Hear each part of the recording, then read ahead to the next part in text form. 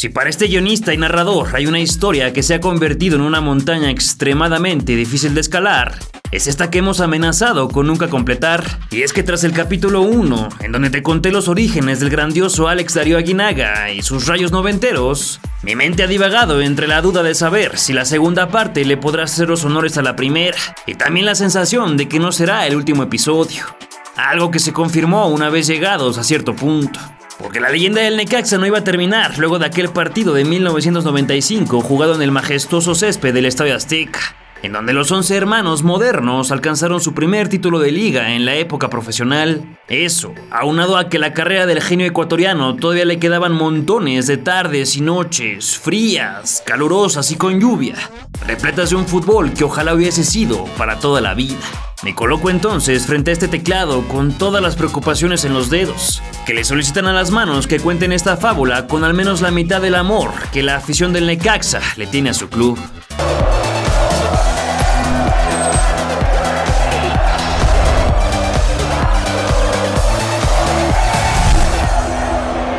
Por supuesto que te invito a observar el capítulo 1 de esta serie, ya sea para verlo por primera vez o bien para darle un repaso a tantos meses de su publicación. Cerramos en aquella ocasión con la gigantesca final entre Necaxa y Cruz Azul, esa donde Aguinaga y Basay le dieron a su club la primera estrella, una alineación que vivirá por siempre en el recuerdo de los aficionados rojiblancos, pero que recibiría algunos golpes rumbo al siguiente campeonato. Fueron el mismo Ivo Basay y Alberto Garciaspe los que abandonaban la nave. El primero se marchó para siempre del equipo donde fue figura, anotando 122 goles en 217 partidos. Su destino fue Colo-Colo, uno de los grandes en Chile, con el que jugó otros 4 años como capitán y figura, para retirarse finalmente en 1999. Por su parte, el mediocampista mexicano de 27 años decidió mudarse y se cambió a Buenos Aires para jugar con el histórico River Plate. Aspe llegaba ganando 5 veces menos que lo que percibía en México, y aún así fue uno de los mejor pagados de la plantilla millonaria, lo que le llenó de presión inmediatamente. Solo pudo jugar 5 partidos y terminó por volver a casa a media temporada. A pesar de todo, el cuadro necaxista mantuvo la inercia ganadora en todo lo alto. En la primera mitad de la campaña conocieron la derrota hasta la jornada 8 contra Morelia. Cerraron en diciembre con 7 victorias, 7 empates y solo 3 juegos perdidos. Los más destacados fueron la victoria sobre América y el empate a 3 con Atlas, en donde se clavaron golazos y Gerardo Mascarreño se aventó esta machincuepa rarísima que terminó en pase para gol. La segunda parte del campeonato la arrancaron con muchas más dudas, a pesar del retorno del Beto Garciaspe. 2 derrotas y 2 igualadas precedieron a su victoria ante el Atlante, y luego tendrían que volver a toparse con el América, en el que fue un partidazo, con el mismo marcador que el año anterior. Ambos se peleaban el superliderato, por lo que las acciones se llenaron de patadas, violencia y muchos, pero muchos goles. La ida y la vuelta de locura entre los de Marcelo Bielsa y Manolo Lapuente llegó a su primera anotación con el trayazo de izquierda de Ricardo Peláez. No habían pasado ni 20 segundos cuando Adrián Chávez cometió un error garrafal sobre la humanidad de Alex Darío, regalándole la pelota al ecuatoriano, que nomás rebotó el balón al fondo de la red. Una desconcentración del arquero, que no es hábil con los pies. En vez de sacar de primera, la quiso acomodar con la zurda. Para sacarla de derecha le rebotó la pelota a Aguinaga, y en un minuto el equipo de Lapuente está arriba. Otros 2 minutitos transcurrieron para que la máquina que jugaba como local aquel día convirtiera al tercero. Ahora con el genial recorte del ratón Zárate, que deshizo al abatido guardameta. Parecía que el marcador estaba definido, aunque las patadas siguieron a la orden del día, empezando por Aguinaga, que salió impune tras esta tijera terrible sobre Saguiño. El carácter americanista liderado por Cuauhtémoc Blanco les ayudó a retomar el control y disminuir las distancias con un gol de Harold Lozano, aprovechando el rebote de Nicolás Navarro. Al volver del descanso, el cabecita parecía regresar el agua a su cauce con el 4-1. Aunque el América resurgió para hacer otros 3 más, el Temo le puso en bandeja la pelota a Luis García, que definió al ángulo. Y luego hizo un desborde perfecto para ceder a Villic, que cabeció el 4-3 al minuto 43. La última diana fue para José Luis Salgado, quien supo empujar el recentro del africano para igualar un encuentro vibrante, y que tenían perdido desde mucho tiempo atrás. Un duro golpe para los necaxistas, que vieron escaparse su oportunidad de ser los jefes del torneo. Afortunadamente, el trago amargo de la remontada no les afectó en gran medida. 2 goleadas marcaron el rumbo del Necaxa. Primero viajaron a Toluca para despedazar a los Diablos, que sin embargo iniciaban ganando con el imposible de José Manuel Abundis. Hernán Cristante se comió gacho el bombazo bajo de Ambriz, y luego Garciaspe hizo su 5º gol tras el retorno de Argentina. La goliza se completó con una definición de doble túnel para el matador Hernández, y el doblete para el mismo veracruzano, que tras un pésimo control supo adelantarse a la defensa y mandarla a guardar. La otra lluvia de goles mojó a las Chivas, que viajaron a la capital del país nomás para devorarse los respectivos dobletes de Peláez y del Ratón, que hundieron al rebaño en una tabla que de por sí ya los tenía muy abajo. Para conocer la actualidad de la Liga MX Femenil, Selección Mexicana y todas nuestras embajadoras en el extranjero, solo hay un canal en YouTube. En Cancheras publicamos 3 videos a la semana con los resúmenes de los partidos de cada jornada, reportajes de color, noticias, fichajes y los perfiles de las jugadoras para que te empapes de todo lo que necesitas saber. Encuentra el link en la descripción de este video, suscríbete a Cancheras y no te quedes fuera de la fiesta del fútbol mexicano femenil. Fue así que el Rayo alcanzó una nueva liguilla. Primero se vieron las caras con los Tigres de la Autónoma de Nuevo León. Que su rival estuviera en cuartos de final era la representación más evidente del terrible manejo directivo del fútbol mexicano, pues los felinos estaban descendidos por su promedio en la tabla de cocientes. No obstante, su segunda posición de grupo los calificó al repechaje, y el reglamento no incluía alguna restricción en ese sentido. Fue así que los del pantalón largo decidieron que podían jugar contra León, y en el caso de convertirse en campeones, podrían permanecer en el máximo circuito. Otra burla más para el saquito de bufonadas que abundan en nuestra historia.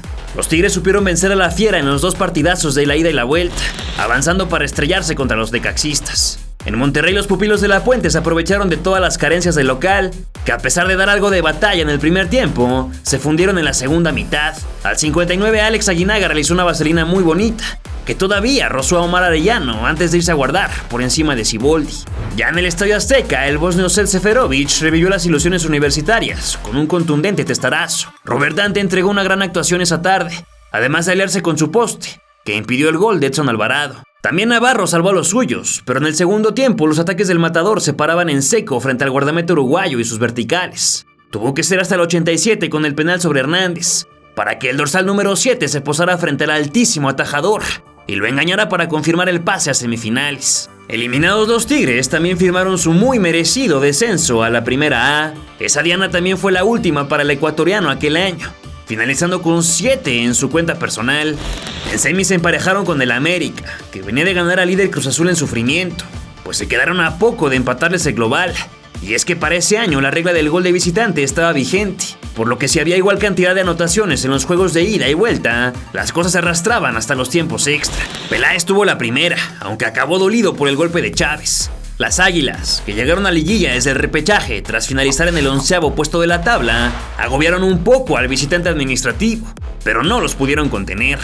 A Luis García le anularon un gol por un fuera de juego inexistente, poco antes de que su portero se fuera de paseo, y el matador Hernández ganara para el 1-0.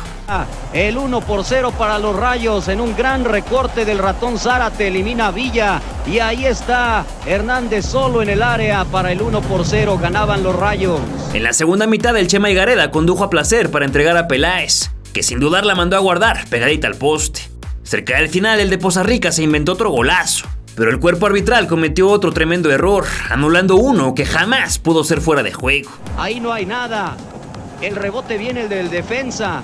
Todavía observe usted arriba el abanderado, ahí es cuando marca la posición adelantada, no había tal error del árbitro y del juez de línea Edgar Ulises Rangel. Sague y Villic en 2 ocasiones se quedaron a nada de poner el 1-3, aunque el tiempo no les alcanzó y les tocaba volver a jugar 3 días después en la misma cancha. En la tarde del sábado, América salió con todo, sin conseguir la suya. Alex tuvo una de cabeza y falló terriblemente. Finalmente Kalusha se combinó con el otro africano para conseguir el descuento. Ambriz respondió con otro cañonazo que Chávez escupió, y finalmente la fábrica de goles de apellido Peláez puso el 1-1 a pase del matador. Como Luis Hernández se anticipa la jugada, gran malicia de este jugador, mete servicio y Peláez que empuja. Aunque Kalusha se inventó un zurdazo de 3 dedos para vibrar el travesaño, nada pudieron hacer los suyos para llegar a la gran final, por lo que sería el Necaxa el que repetiría en el juego por el campeonato.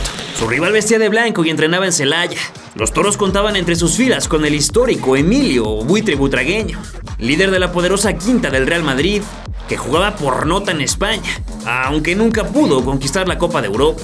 Por supuesto que realizamos un resumen de la fantástica temporada del Celaya, ese equipo que parecía poder alcanzar el título en su primer torneo en Primera División. Te dejo el link en la descripción de este video.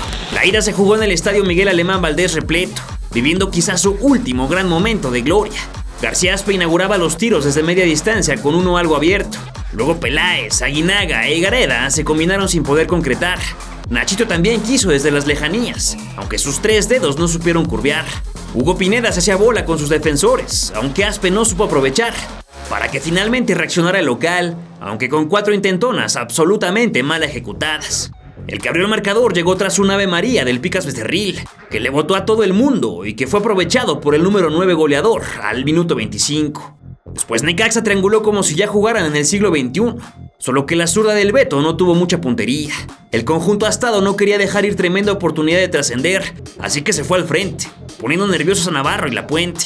En esta jugada bien se pudo marcar la falta dentro del área del alemán Uwe Wolf, pero Miguel Ángel Salas se hizo de la vista gorda. En la segunda mitad, Peláez perdonó una en la que pudo acercarse algo más. Poco después, Vilches no supo cortar bien la pelota y se ganó la regañiza del Picas, calmado solo por el señor Aguinaga. La defensiva necaxista ya no pudo soportar los embates. Primero Larguero se abolló con el frentazo del Buitre y el abuelito Hernández apareció para mandarla al fondo de la red. Muy curioso, ya que el jugador del Celaya es hermano del mismo Matador Hernández, del otro equipo, y estaba destinado a no jugar la final por una expulsión errónea del juego anterior.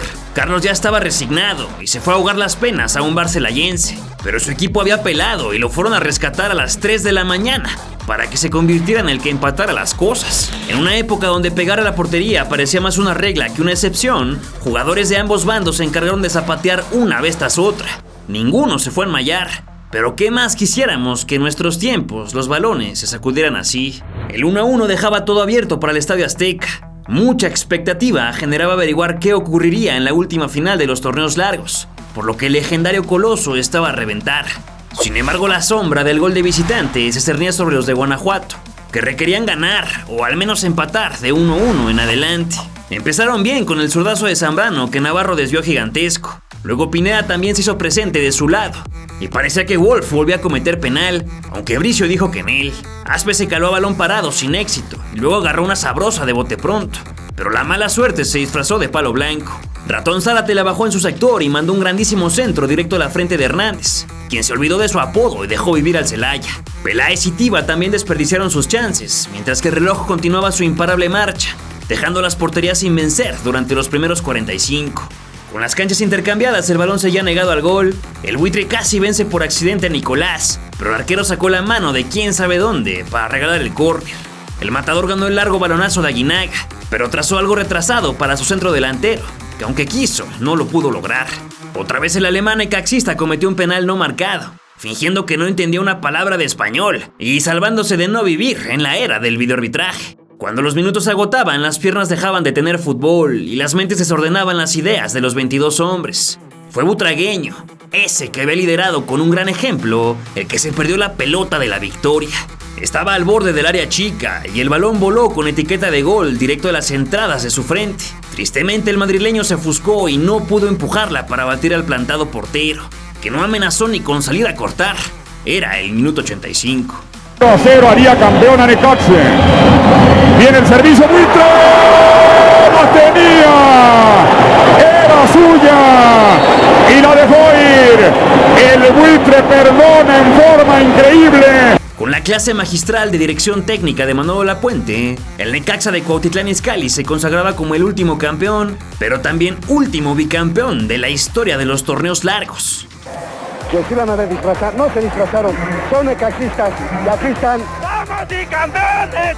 ¡Somos bicampeones! Necaxa se sumaba a una lista relativamente corta, ya que solo León, Chivas, Toluca y Cruz Azul lograron algún día levantar 2 títulos consecutivos. Claro que a ellos habría que agregarle al Reforma Athletic Club, Real España y al mismo Necaxa, que en los años del amateurismo también bicampeonaron.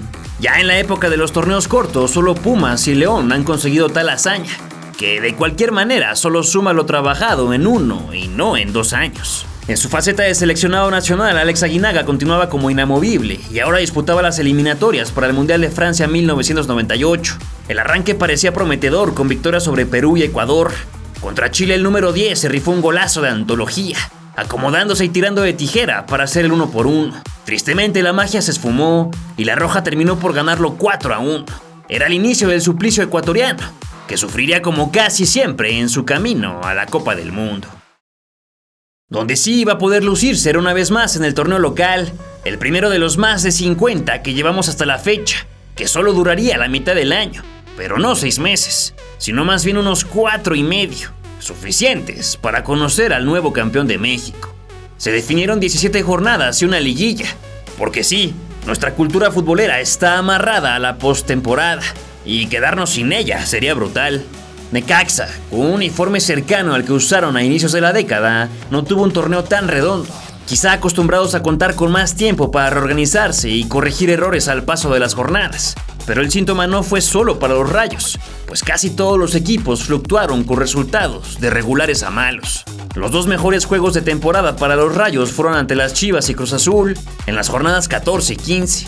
En el primero no estuvo presente Aguinaga por las eliminatorias de la Conmebol, por lo que La Puente tuvo que echar mano de algunos suplentes. El Ratón fue el que abrió el marcador con un buen disparo, y después el Bricio Malo expulsó a Ramón Ramírez por un jalón cerca del área.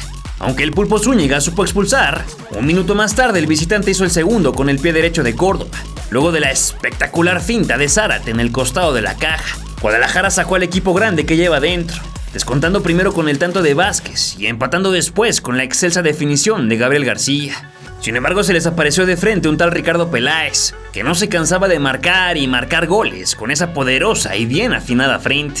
El capitalino siguió sumando a la fecha siguiente, empujando con certeza apenas al minuto 2. El granote de Cerro Azul se encargó de las tablas, y luego remontando también desde los 11 pasos. Matador Hernández aprovechó la asistencia del mismo número 9 y tampoco perdonó, aunque les acabaron empatando con un balón suelto dentro del área. Sin embargo, el entonces capitán Juan Reynoso hizo falta en las postrimerías y el seleccionado ecuatoriano aprovechó para sumar su nombre a las estadísticas, rescatando el puntito. Ese también representó el único gol de Alex Darío en temporada regular, aunque bien sabría desquitarse en liguilla. El primer rival era el mismo de unas pocas semanas atrás. Las Chivas Rayadas habían hecho un buen torneo de la mano del Tuca Ferretti, por lo que finalizaron en tercer lugar, y les tocó visitar la casa del Sexto para el juego de ida. Al minuto 15, Luis Hernández, que ya tenía ese look con el que lo recordamos todos, era derribado en la orilla del área. El imposible Alberto García Aspe se sacó de la chistera una comba fantástica, que primero saludó al travesaño y de campanita se convirtió en el primero.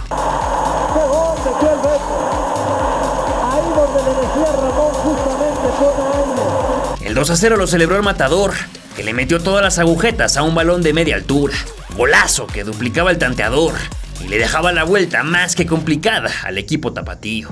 A pesar de todo, las Chivas supieron reponerse de la desventaja, con anotaciones de Joel Sánchez y el sumamente efectivo desde los 11 pasos Claudio Suárez. El cruel destino necaxista parecía todavía más sellado con la expulsión de José Enrique García. No obstante, el Guadalajara todavía tendría que esperar otro año más para poder coronarse. El culpable fue Camilo Romero, que se barrió por detrás del Ratón Zárate, y Arturo Bricio marcó el tiro penal.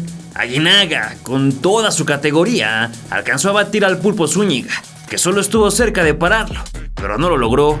La nueva llave se jugaría entre los Rayos y la Franja de Puebla, que por cierto dejó de ser azul para convertirse en naranja, camiseta que solo duraría un año y que hoy es prácticamente de culto. Los poblanos contaban entre sus filas con el español Carlos Muñoz, primer campeón de goleo en torneos cortos con sus 15 anotaciones. Otra vez el delantero veracruzano con la banda en la frente levantó la mano. Edson le puso una diagonal precisa y el pelilargo punteó para abrir el marcador.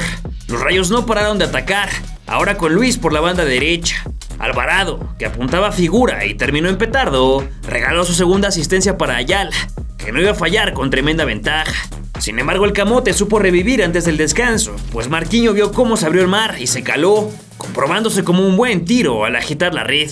Ya en el complemento se confirmó el buen nivel del equipo anaranjado con el escopetazo de Daniel Guzmán, que llegaba así a los 16 goles en liguilla, el penúltimo para él en estas lides. Sin embargo, los electricistas eran mucha pieza y su plantilla era espectacular, disponible para pelear hasta el último segundo.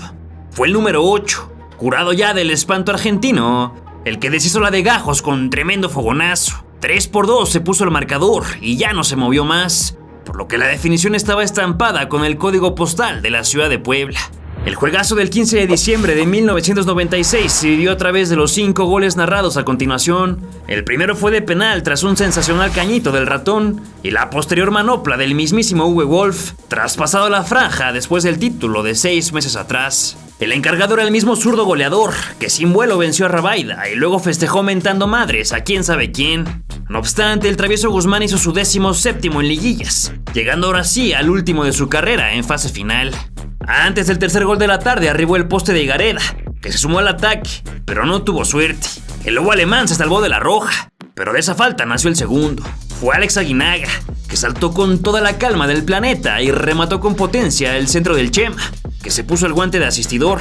Después de los 3 minutos de alargue, el jovenazo Armando Archundia los mandó a guardar, con el marcador global señalando un 5-3 favor Necaxa. Los dueños del estadio vieron alejarse el pase a la gran final con el contundente testarazo de Peláez, que le daba al de la Boina una nueva oportunidad de competir por el campeonato. Puebla, el equipo donde La Puente se hizo grande, se salvó con una parada espectacular de Gilberto Jiménez, pero tras el fatídico error en la defensa, Edson Alvarado empujó hasta que logró hacer su gol. Santos y Necaxa fueron los encargados de definir al tercer campeón a medias de todos los tiempos, si contamos al Pro 85 y México 86 como los primeros 2 torneos cortos.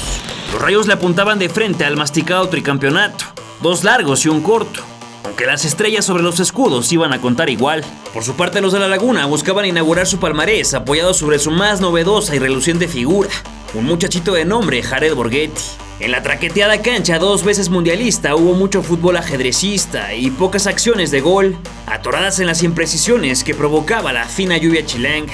Al 38 Jara sacó un balonazo de 1000 km/h que se fue directito al ángulo, pero el matador saltó en fuera de lugar y se anuló perfectamente el gol, aunque la jugada iba a dar mucho de qué hablar luego de la final de vuelta. Ahí lo ven ustedes, que va saliendo.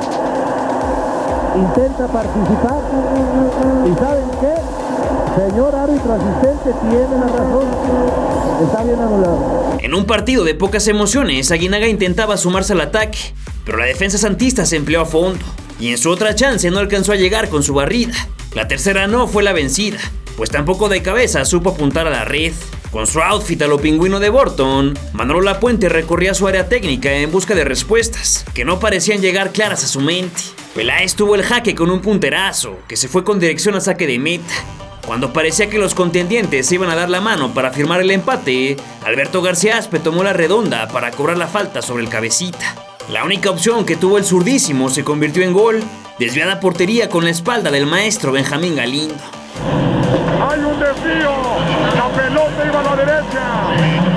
Alberto García Aspe. Todavía el Chema, el Ratón y Alvarado tuvieron sus opciones, pero nada más se coló a portería, por lo que finalizaba la batalla de Santa Úrsula y el campeón daría la vuelta en la ciudad de Torreón. Los dirigidos por Alfredo Tena recibieron a Necaxa bajo el durísimo sol coahuilense con un equipazo, con hombres de la talla de Galindo, España, Muñoz, Gabriel de Anda, Caballero, Adomaitis y el citado Borghetti, que ese día escribiría su nombre en los libros albiverdes. La primera fue para el maestro con esa fantástica pierna derecha, intentándolo al poste del bigotón arquero, que voló para hacer un atajadón de aquellos. En esa misma jugada el argentino Caballero se comió una más clara que el agua, una a la que nomás necesitaba soplarle, pero no la pudo empujar. Galindo, ahora con su zurda igual de perfecta, le colocó el centro a su capitán, que no supo dirigir. Poquito después Aspe dio clases de cómo intentarlo desde cualquier parte del campo, ahora con un tiro de parte externa que nadie entendió por qué el arquero Miguel no se fracturó. La final se encendió en ese momento, y a partir de ahí ya nadie la podría pagar. El Ratón Zárate entraba solito al área al 25, pero sintió la marca muy cercana y reventó la pelota directo al gol de campo. Instantes después monopolizó el balón para acomodarse y chutar, aunque el arquero santista atajó bien, casi idéntico que en la siguiente jugada del hermano de Ramón, ya del otro lado. La frenética ida y vuelta hizo explosión al 36, cuando el hoy comentarista Paco Gabriel de Anda se encontró pleno en el corazón de la trinchera enemiga, y sin mucho problema hizo el del empate global. Solo 120 segundos corrieron cuando el maestro, Caballero y Wagner de Sousa se fundieron en una aleación artística, y el segundo de los 3 le dio la vuelta al marcador, que no era más rojiblanco. ¡Gol de Santos, golazo! Abrieron el librito, llevaron a clase a Necaxa. Caballero, de Sousa, Galindo, los artífices de una obra de arte, de una locura generalizada. Los festejos no acababan cuando Santos casi se apuñala con un autogol que se fue a la esquina. No obstante, el equipo de la década, que apenitas iba a la mitad, era un monstruo de 11 cabezas que jamás iba a rendir. Fue Ricardo Peláez, uno de los mexicanos más importantes de nuestro fútbol en los años 90, el que se metió a la máquina de los sueños y nos creó un gol de locura, con una parábola que parecía irse al espacio sideral, pero que acabó por caer dentro de la portería local. Una cosa irrepetible, y con un poquito de colaboración del arquero, por supuesto. El tiempo nos arruinó la fiesta, enviando a los deportistas a descansar, pero al volver las cosas no se agüitaron, afortunadamente. La primerita le quedó al de Tierra Blanca, Zacatecas, pero la definición no estuvo a la altura de su trayectoria. El ambidiestro cobró por derecha para el frentazo de Ramírez, pero se le atravesó Caballero para salvar al rival. Los pupilos de la Puente agotaban su estamina y preferían tomar la pelota, avanzando con más cadencia en media cancha, o así que encontraron el segundo, aprovechando un buen centro de Alvarado que Luis Hernández definió con una paloma bien concretada.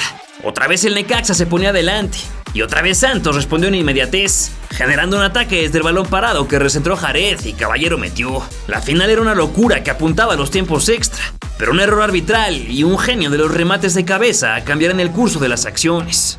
Primero vimos volar a Miguel, que a pesar de atornillarse en su área chica, le alcanzó para desprenderse y atajar el cabezazo de Hernández. El momento que cambió la historia para siempre llegó muy cerca del final, luego de que Nicolás Ramírez recibiera por izquierda y mandara un centro perfecto a la colocación de Jared Borghetti, que saltó como el genio rematador que siempre fue para mandarla a enmayar. Un golazo precioso, que incluso inspiró la estatua del zorro del desierto que adorna el territorio Santos Modelo. La única mancha en el lienzo se conoció al ver la toma lateral, que demuestra que el de Culiacancito se encontraba completamente adelantado, tomando amplia ventaja de su posición para hacer el gol. En lo que los narradores se desgañitaban felicitando a los Santos campeones con 7 minutos de anticipación, medio equipo necaxista se le fue encima al cuerpo arbitral, exigiendo la anulación de la diana y consiguiendo solo la expulsión del ratón Zárate. Después del relajo todavía Montesinos pudo hacer el quinto, pero se le atravesó el portero. Hasta ahí llegó la final, pues con el pitido de Arturo Bricio se concretaba el primer título para los albiverdes y la terminación del sueño del tricampeonato para el Club Necaxa. Mientras todo esto ocurría, Alex viajaba constantemente a Sudamérica para la clasificatoria mundialista. Fue el autor del gol con el que vencieron a Venezuela, aprovechando un rebote de Dudamel. Tristemente, las decepciones internacionales continuaron, perdiendo los siguientes 3 encuentros ante Colombia, Paraguay y Bolivia, complicando cada vez más el pase a Francia 98. El verano 97 fue bastante productivo para el Necaxa en cuanto a goles anotados, pues finalizaron como la segunda mejor ofensiva con 33 anotaciones, 7 por debajo de los Toros Neza. De aquel semestre destacaron 2 extraordinarios resultados. Primero aniquilaron al Veracruz en la jornada 5, con goles de Jesús Eduardo Córdoba, Luis Hernández, Edson Alvarado y Ricardo Peláez, los 2 últimos al 84 y 85 respectivamente. La otra goleada de los Rayos sucedió en la semana 15, cuando visitaron el Estadio Azul. Después de una buena filtrada de Aguinaga y un centrazo del ratón, Sergio Vázquez se tendió de paloma para ser el primero. 17 minutos después, el Cabecita de Oro ganó también por arriba, y como si fuera tan fácil, hizo su gol. Con la frente, Carlos Hermosillo le dio esperanzas a la Nación Azul, pero los minutos finales siempre fueron una enfermedad cementera. El matador condujo la bola por toda la cancha y se dio a Zárate en la esquina del área. El argentino se tuvo mucha fe y le enterró las agujetas al balón, que obediente se fue a hundir en la portería. Todo esto al 80. Ya con la máquina volcada al frente, el mismo ratón se comió todo el queso, abatiendo por cuarta y última vez al Conejo Pérez.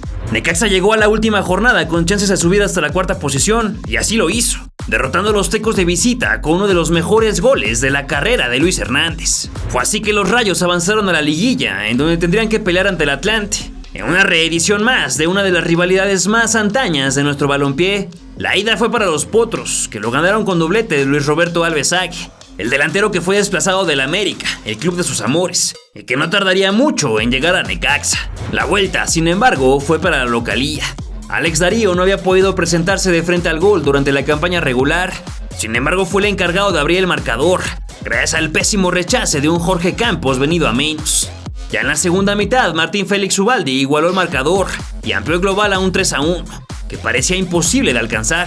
No obstante, la fuerza rojiblanca adelantó líneas y consiguió un penal que clavó García Aspe. El tiempo restante fue más que suficiente para ver otro testarazo mágico de Peláez, asistido por Aguinaga. Su celebración, con la poca afición en las gradas, representa por completo lo que era el Necaxa de los 90. Desafortunadamente para la causa de los Rayos, hasta ahí llegaron sus aspiraciones. Y es que en semifinales se encontraron con los Toros Neza, ese equipo rarísimo que goleaba o era goleado. Aunque en la ida Vázquez y Zárate lograron apaciguar la anotación conseguida por Federico Lusenhoff, en la vuelta Pedro Pablo Osorio y un doblete de Memo Vázquez fueron suficientes para que los de Ciudad Nezahualcóyotl llegaran a la gran final. Si deseas observar un resumen detallado del verano 97 desde el punto de vista de los irreverentes Toros Rojos, te dejo el link en la descripción de este video. En los primeros 6 meses del 97, Aguinaga siguió sumando minutos y goles con la banana mecánica. Le marcó a Uruguay, Perú y Argentina, pero de ahí solo lograron sumar 4 puntos, que sumados al empate de visita en Venezuela y la derrota en casa de Colombia, los dejaba prácticamente fuera de toda posibilidad mundialista. La mala racha en selección se extendió con su club. A pesar de que el ecuatoriano le hizo goles a los Tecos, Atlante y Veracruz, nada pudo hacer para evitar la caída libre que los llevó hasta el 14º puesto de la general. En ese semestre los Rayos se despidieron temporalmente del que había sido su portero durante 14 temporadas. Nicolás Navarro se marchó a Cruz Azul para competir con Jorge Campos y el Conejo Pérez, formando parte de esa plantilla campeona. Llegaron al equipo 3 nombres impresionantes: Adolfo Ríos, que supliría a Navarro luego de su fantástica Copa América en Bolivia; Kalusha Walia, que nomás fue a pasear con un gol en 17 jornadas para luego marcharse a León; y Cuauhtémoc Blanco, que utilizaría al Necaxa como un trampolín espectacular. El Temo celebró 6 goles en 15 partidos jugados y se convirtió en un referente importantísimo para el torneo a continuación. Si disfrutas de nuestros videos, si eres un apasionado del fútbol mexicano y de sus más grandes leyendas, te invito a suscribirte y activar las notificaciones del canal. Todas las semanas publicamos de 2 a 4 videos con las mejores historias del pasado, presente y futuro de nuestro balompié. En el verano 98, el mar necaxista se picó como si hubiera luna llena. Para empezar, su exitoso entrenador, Manuel Lapuente, dejaba al equipo debido al llamado de la selección nacional. El tricolor se hallaba en un momento convulso con el despido de Bora Milutinovic, con el Mundial de Francia a la vuelta de la esquina, por lo que el de la boina no podía decir que no. En su lugar llegó Raúl Arias, que después de su retiro como jugador en 1992, comenzó su andar en los banquillos de la división de ascenso. Para el 97 fue invitado por Lapuente para ser su auxiliar, y solo 6 meses después tuvo que asumir el puesto principal del combinado rojiblanco. Él no tenía idea, pero su gestión iba a ser muy larga, continuando el legado de Manolo y cerrando la gloriosa década del Necaxa. Además de la salida de su técnico, el club sufrió los 3 arrebatos que cometió el hermano mayor. El América decidió reforzarse con lo mejor que tenía Necaxa, quitándoles a Alberto García Aspe, Sergio el Ratón Zárate y a Ricardo Peláez. El cabecita retornaba a sus orígenes, dejando 138 goles en 352 partidos jugados con los electricistas. El segundo peldaño está ocupado por Ivo Basay con 109, seguido por Aguinaga, que dejó su cifra en 93. Es decir que el récord de Peláez tomará muchísimo tiempo en ser superado. Esas 3 bajas eran brutales en el papel y también sobre la cancha, aunque el Toledo sabría reponerse a ellas y con un estilo muy particular, llevaría a sus Rayos a las instancias finales en 2 torneos consecutivos. Después de vencer a Pumas a domicilio, recibieron a Monterrey. Pedro Pineda hizo su primero al 13, complementando el doblete gracias a un extraordinario pase de Adolfo Ríos. Cerca del final, el Divo de Tepito hizo de las suyas con el número 10 en la espalda, celebrando con el clásico fantasmita que hizo famoso en sus 2 torneos con los Rayos. Él mismo se encargó de cerrar la goleada con un control de genio y una definición perfecta de pata zurda. Tuvieron algunos tropezones en el camino, incluyendo derrotas contra Toluca, Morelia y una de las mejores versiones de los Tecos de la UAG en ese torneo. Justo a la fecha siguiente les tocó enfrentarse a las Águilas, que alineó a sus 3 ex. Para que la cuña apriete debe ser del mismo palo, por lo que las 2 anotaciones con que perdieron fueron firmadas por Peláez y el Ratón, quienes se abstuvieron de festejar. Afortunadamente para las huestes de Arias, luego de la derrota se empacharon de goleadas sobre Santos, Atlante y Tigres, siendo la última la más importante, pues arrasaron con los tantos de Vázquez, Matador, Cuauhtémoc y Alvarado. En Veracruz empataron a 2, lo que le dio un poco de vida a los escualos, pero finalmente terminarían descendiendo. Para la jornada 15 recibieron a Puebla, que se llevó a casa una paliza de 5 goles por 2. Un par de ellos fueron gracias a la fantástica visión de Alex Aguinaga, quien por supuesto continuaba como el más importante jugador del equipo. Su cuota de anotaciones continuaba en números bajos, pues solo pudo hacerse presente ante Celaya y Atlas en las fechas 5 y 6 respectivamente. Pero como el bastión que era, sabría volver a reaccionar ya en la fiesta grande. Raúl Arias lograba conducir a los suyos a la liguilla en su primer semestre. con 32 puntos, se posaba solo por debajo del Toluca en la tabla general, en un spoiler de lo que se vería en la gran final. Por cierto que iban a enfrentar la fase final sin seleccionados, pues la Puente y la Federación decidieron comenzar la preparación mundialista con bastante anticipación.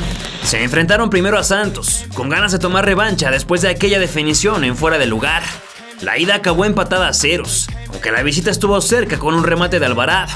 Los de la comarca también tuvieron la suya, solo que la pelota se escapó por un costado de la puerta de Ríos. Ya en la vuelta el uruguayo Vázquez hizo un autopase fantástico y centró perfecto la llegada de Pineda, quien con esa banda en la nariz la mandó a guardar. Todo parecía irse al garete cuando Jared empató las cosas, pero su defensa se encargó de arruinarlo todo. Fue el número 7 necaxista el que saltó para firmar su gol y festejar estoico recargado en el poste, además de un batazo que la sacó del parque. Las semifinales no serían tan fáciles para el sublíder, ya que les tocaba una academia donde el catedrático era ya Ricardo Antonio Lavolpe. El entrenador argentino tuvo que ver a la distancia los dos de la visita. Primero el de Pineda, que nomás rozó el toquecito que le mandó Sergio Vázquez, y luego el del ecuatoriano, que se barrió para empujar la segunda asistencia del mismo Vázquez. Para el complemento los zorros medio que reaccionaron, pero dejaron el marcador solo en 1-2, gracias al zurdazo de Hugo el Misionero Castillo, un futbolista que algún día sería otro de los villanos en el cómic del Necaxa. El primer tiempo de la vuelta no modificó el tanteador, pero al 48 los dueños de casa triangularon largo para que Pedro Pineda se volviera a presentar con un fierrazo que cruzó a Cabuto, celebrando con este baile terrible. Una vez más el Misionero anotó gol con todo y su enorme mata de pelo, pero el silbatazo de Felipe Ramos Rizo confirmó que el Necaxa jugaría una nueva final del fútbol mexicano. Toluca arrastraba 23 años sin conseguir un campeonato, y de la mano de Ojitos Mesa y Pepe Cardoso se sentían muy cerca de romper la maldición. En el Estadio Azteca la afición necaxista, ya muy acostumbrada a estas instancias, presenciaba con la emoción tranquila del que se sabe ganador.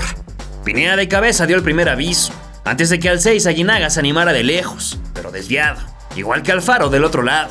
Ríos solo se pegó al poste para espantar a Taboada, que no estaba en fuera de lugar. El arquero de Cristo tuvo que cortarse las vendas para cambiarse de zapatos, pues algo le incomodó. Que dice, los griegos no sabían nada, el dios del rayo es Aguinaga. Montes de Oca se tiró una chilena completamente inútil, y luego Alex Darío se resbaló y fauleó sin querer a su rival, en lo que el Diablito se paseaba por las gradas. Poquito después Cardoso hizo la faena por derecha y centró, casi provocando un autogol de Almaguer y Ríos, que nomás se sonrieron con el paraguayo.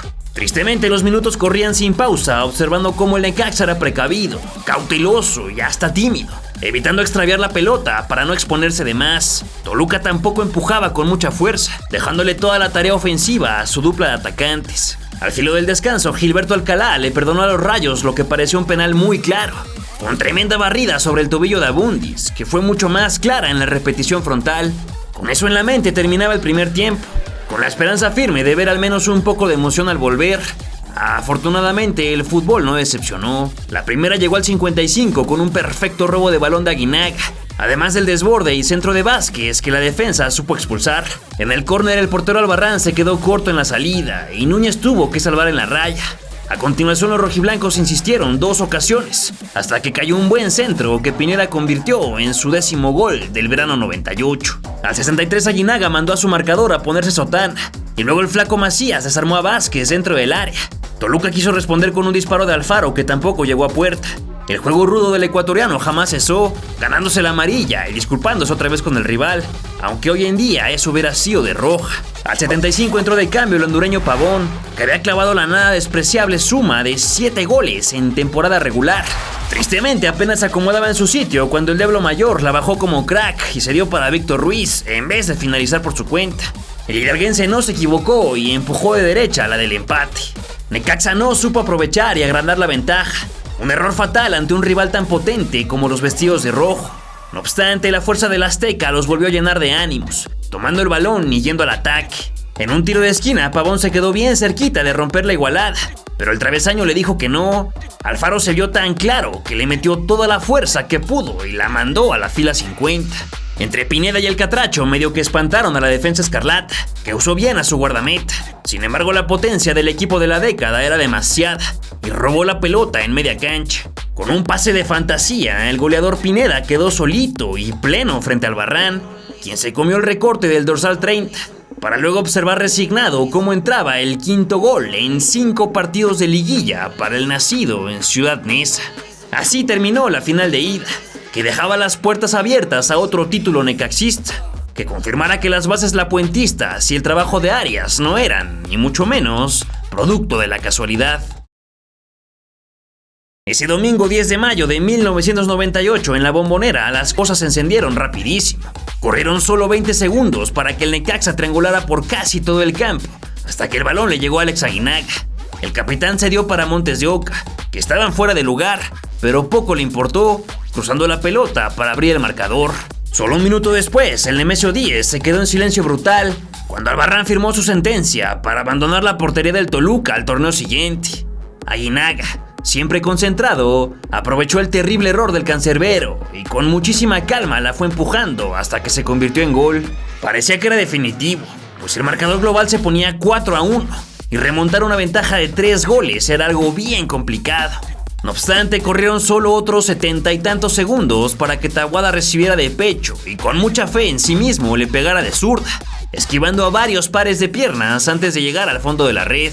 3 minutos, 3 goles. Ya luego de eso, el frenesí diabólico no tendría ningún freno que lo pudiera parar. Primero José Saturnino Cardoso dobló a la mitad del palo izquierdo y poco después Ríos le robó su segunda oportunidad. La tercera no fue la vencida, y es que le volvió a ganar al portero número 25, pero su chilena fue chueca e infructuosa. El que empató el partido fue Abundis con un zurdazo en la esquina del marco. La cuarta intentona de Cardoso tampoco pudo esquivar el mar de piernas salvadoras. En la historia del príncipe guaraní no hay forma de encontrar que falle tantas veces y que no pueda definir al menos una. Así que no se tardaría en desquitar.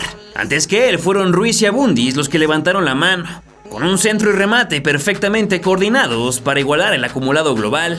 Solo 4 minutos más tarde la fortaleza necaxista se terminó por derrumbar, luego de que José Manuel le cediera a José Saturnino, quien por fin hizo suya la gran final. Aguinaga intentó hacer algo a partir de su calidad y fuego interior, solo que sus compañeros ya estaban acabados. Dice, no te preocupes, ahorita hacemos el gol. Sin embargo, Montes de Oca se volvió loquísimo, metiéndole un golpecito a Cardoso, que la vendió muy bien, y Bricio echó al número 5. Fabián Estay la vio ya tan fácil que le pegó con desidia, y aún así la mandó al palo. Pero cuando ya todo estaba a punto de turrón, Pepe Cardoso sacó provecho del desconcierto visitante y de bote pronto confirmó su doblete, el título del Toluca y una nueva derrota de final para el club de Cuautitlán Izcalli. Alex Darío enseñó los últimos chispazos de entrega y pasión con un zapatazo que pudo ser gol, pero ya no dio para más. Los Diablos Rojos de la capital mexiquense se echaban su malaria, celebrando en grande. Por cierto que tenemos un video con los 3 títulos consecutivos del Toluca en los veranos, además de otro que te cuenta toda la historia de José Saturnino Cardoso en el fútbol profesional, no solo en el de México. Te dejo ambos links en la descripción de este video. Mientras tanto, el elenco de Raúl Arias veía la distancia, tristes por la derrota y un nuevo subcampeonato, pero satisfechos por el trabajo mostrado sobre el césped en este y casi todos los semestres anteriores, en torneos largos y torneos cortos. A la década de los 90 le quedaba muy poco. Aunque a los rojiblancos todavía les alcanzaría para otra estrella más, la gente sufría en silencio, pensando que el mundo se iba a acabar en cuanto iniciara el nuevo ciclo, cosa que afortunadamente no sucedió, pues los Rayos del Necaxa y de Aguinaga todavía tenían mucha historia por escribir en su fantástica leyenda del fútbol mexicano. ¿Por qué crees que los electricistas se apagaron tan rotundamente en esta última final? ¿Te parece que la salida de La Puente fue un antes y después en el equipo de la década? ¿Qué es lo que más recuerdas de esta segunda parte de la historia del Necaxa? Déjamelo saber en tus comentarios. Si te gustó el video, regálanos un like y compártelo con tus amigos amantes del fútbol mexicano. Seguro que les va a gustar este resumen. También te invito a que estés muy atento a la tercera parte de esta miniserie, que espero ya sea la última, por supuesto. Así que si no te has suscrito, dale ya clic al botón rojo, para que no te pierdas de más leyendas del fútbol mexicano.